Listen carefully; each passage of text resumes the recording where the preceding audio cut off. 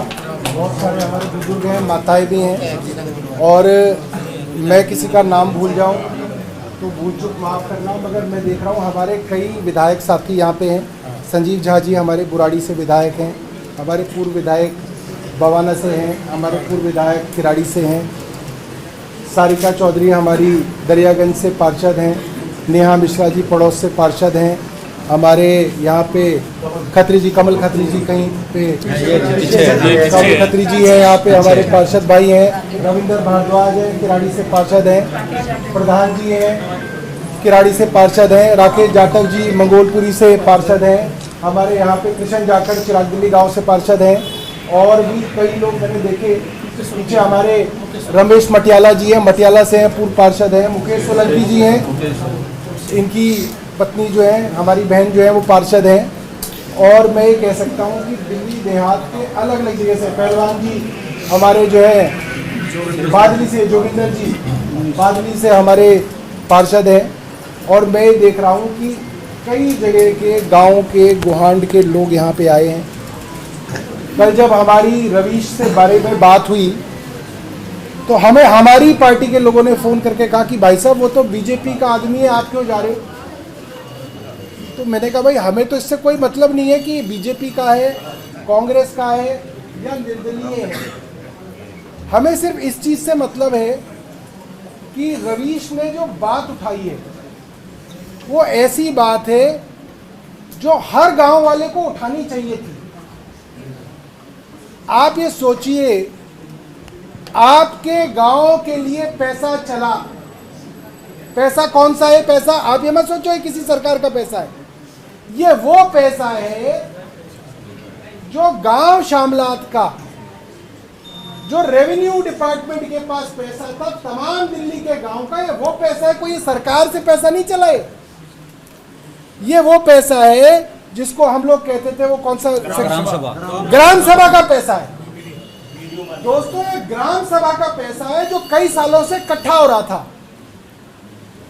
2024 में या 2023 में ये ग्राम सभा का पैसा डीडीए ने ले लिया, गलत किया। ये ग्राम सभा का पैसा लिया नहीं जाना चाहिए था इस चीज के लिए। डीडीए ने ग्राम सभा का पैसा ले लिया और सारे के सारे गांव डीडीए में ले लिए।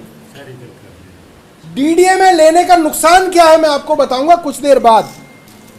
अब आपके यहाँ कोई चौपाल बने, कई गांव के अंदर शुरू हो गया कि डीडीए चाबी मांगने आ गई है कि भाई ये चौपाल हमारी है, डीडीए की है, ले गई आपके यहाँ। कई जगह ऐसा शुरू हो गया है कि डीडीए ने क्या कहा कि जी सारी की सारी सड़कें हमारी, सारी की सारी खाली जमीन हमारी, सारी चौपालें हमारी। तो ये ऑटोमेटिकली डीडीए ने हमारी जमीनें ले ली जो ग्राम सभा की थी। और ग्राम सभा का जो 800-900 करोड़ रुपए था या शायद 1300 करोड़ रुपए था, वो सारा का सारा डीडीए ने ले लिया। ये कह के ले लिया कि भाई ये जो गांव है इनके अंदर हम डेवलपमेंट का काम कराएंगे, हम इनमें चौपाले बनवाएंगे, हम इनमें शमशान घाट बनवाएंगे, हम इनमें सड़कें बनवाएंगे। ठीक है जी, बना लो। अब ये जो बोर्ड लगा है उस बोर्ड के ऊपर क्या लिखा हुआ है? उद्घाटन। शिलान्यास नहीं लिखा हुआ। शिलान्यास होता है जब काम शुरू होता है और उद्घाटन तब होता है जब काम खत्म होता है। आपके गांव के अंदर बोर्ड लगाया सरकार ने कि उद्घाटन हो गया, तो इसका मतलब कागजों में तो हो गया और कागजों में बन चुका। तो आपके हक का 1 करोड़ 2 करोड़, मुझे नहीं पता कि कितने का टेंडर हुआ होगा, उतने करोड़ 1.5 करोड़ 2 करोड़ का उद्घाटन कर दिया, मतलब वो पैसे तो कागज में चले गए। तो ये तो चोरी है, ये तो खुल्लम खुल्ला डकैती है सरकार की।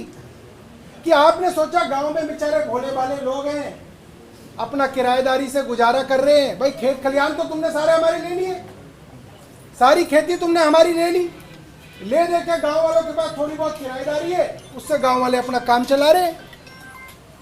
आपने सोचा बेवकूफ है, ज्यादा सोचेंगे नहीं, यहां पे बोर्ड लगा दो, दूर पे बैठ के कहीं पे उद्घाटन कर दो, हो गया काम। ये सीधे तौर पे चोरी है सरकारी पैसे की। अब रवीश से क्या समस्या है इनकी कि भाई इसने चोरी पकड़ ली इनकी, और चोरी पकड़ के वीडियो बना दिया और वीडियो पूरे देहात में भेज दिया। उसने जो काम किया है, इनके बोर्ड के अंदर सब्बल लगा के जो फेंका है वो बोर्ड, मेरा तो दिल उस दिन खुश हो गया।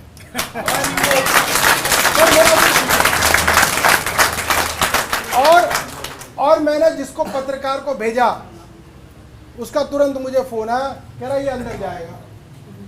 उस पत्रकार ने मुझे कहा कि ये अंदर जाएगा। तो मैंने कहा मुझे नहीं लगता कि इतनी बेवकूफ होगी सरकार, एक छोटी सी बात है, अगर अंदर जाएगा तो बात का बतंगड़ बनेगा। और जैसे माता जी बता रही है, भाई पुलिस वालों की गुंडागर्दी चल रही है पूरी की पूरी, वरना ये तो पुलिस का राज बन जाएगा। भाई पुलिस की इतनी हिम्मत हो गई कि एक तो चोरी करे सरकार और उस चोरी को बचाने के लिए पुलिस वाले आ जाए और कच्चे बनियान के अंदर हमारे गांव के बेटे को ले जाए। भाई कच्चे बनियान में तो उनको ले जाते हैं, चोर उचक्कों को ले जाया जाता था। हमने फिल्मों में देखा जाता था कि भाई कोई चोर उचक्के हो, किसी ने कोई लड़की के साथ छेड़छाड़ किया हो तो सबक सिखाने के लिए पूरे गांव को, समाज को आप कहते थे भाई जैसे जिस हालत में उसी में इसको ले चल, ये किया जाता था। आपने हमारे गांव देहात के नौजवान लड़के को उसके परिवार में, उसके बच्चों के सामने, उसकी बीवी के सामने कच्चे बनियान में आप गली से ले गए, ये तो बहुत घटिया बात है। और जिस दिल्ली पुलिस के आदमी ने किया है उसे डूब के मर जाना चाहिए, उस एसएचओ को डूब के मर जाना चाहिए और उस डीसीपी को डूब के मर जाना चाहिए जिसने ये काम किया। और मैं दिल्ली पुलिस के एसएचओ और डीसीपी साहब को बताना चाहता हूं, ये सरकारें हमेशा नहीं रहेंगी, मगर रवीश भारद्वाज तुम्हारा नाम याद रखेगा और सौरभ भारद्वाज तुम्हारा नाम याद रखेगा। हम इस चीज को भूलने वाले नहीं है कि कौन एसएचओ था और कौन डीसीपी था जो हमारे भाई को कच्चे बनियान के अंदर लेके गया। इसका जवाब हम देंगे जब सरकार बदलेगी, ये हमें बताना चाहिए। और आगे से कोई पुलिस वाला ये काम करे तो हमारे सारे गांव के युवा साथियों को, हमारे बुजुर्गों को, हमारी माताओं को रास्ते पे बैठ जाना चाहिए। मैं ये नहीं कह रहा कि पुलिस के साथ आप हाथापाई करो, पुलिस के साथ झगड़ा करो, वरना तो वो और आपके ऊपर 2 मुकदमे बनाएंगे, मगर रास्ते के अंदर हमें बैठ जाना चाहिए, वीडियो बनानी चाहिए।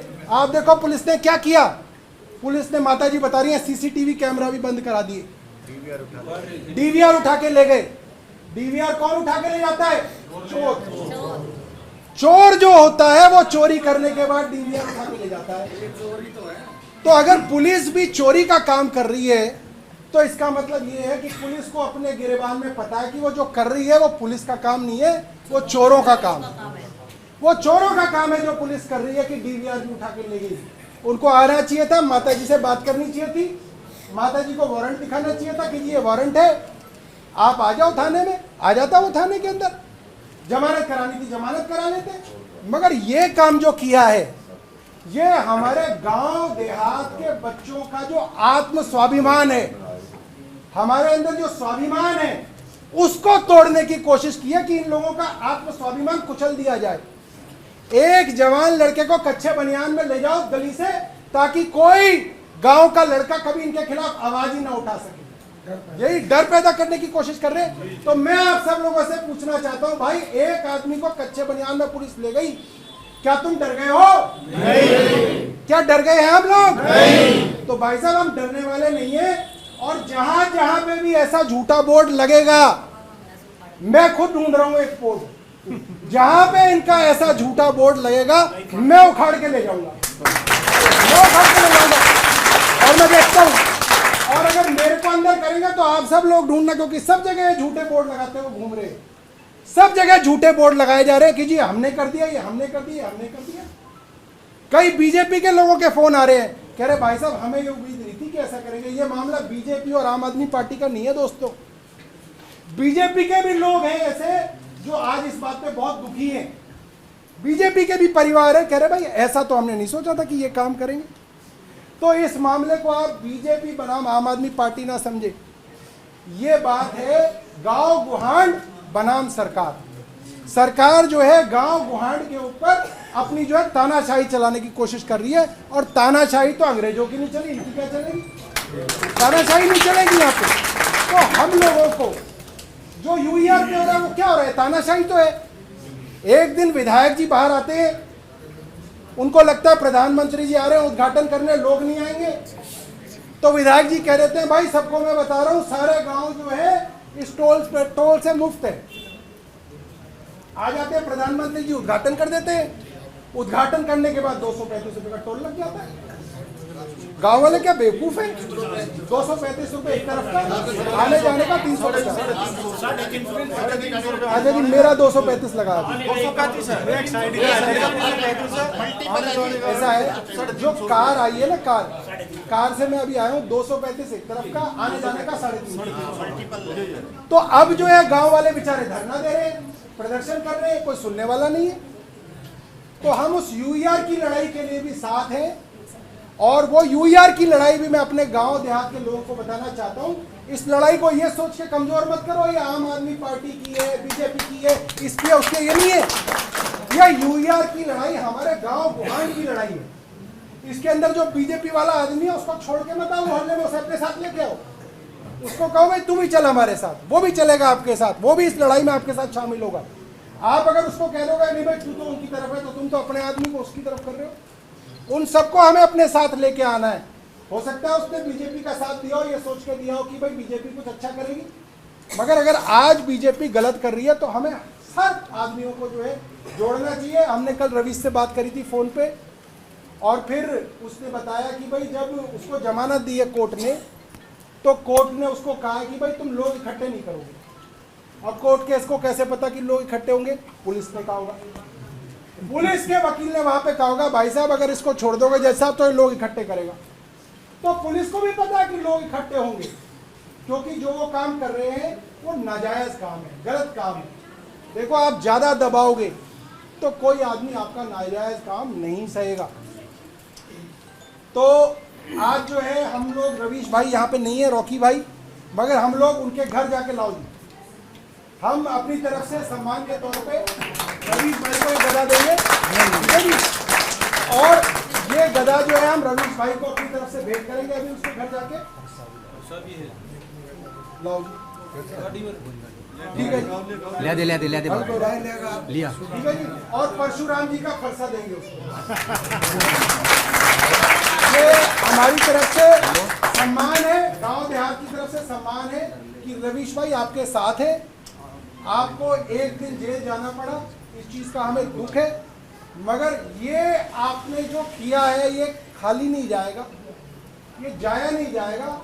आपके इस वीडियो को देख के जितने भी चोरी डकैती के काम ये सरकार कर रही है, और कई रवीश अपने अपने गांव के अंदर इनके बोर्ड उखाड़ के फेंके,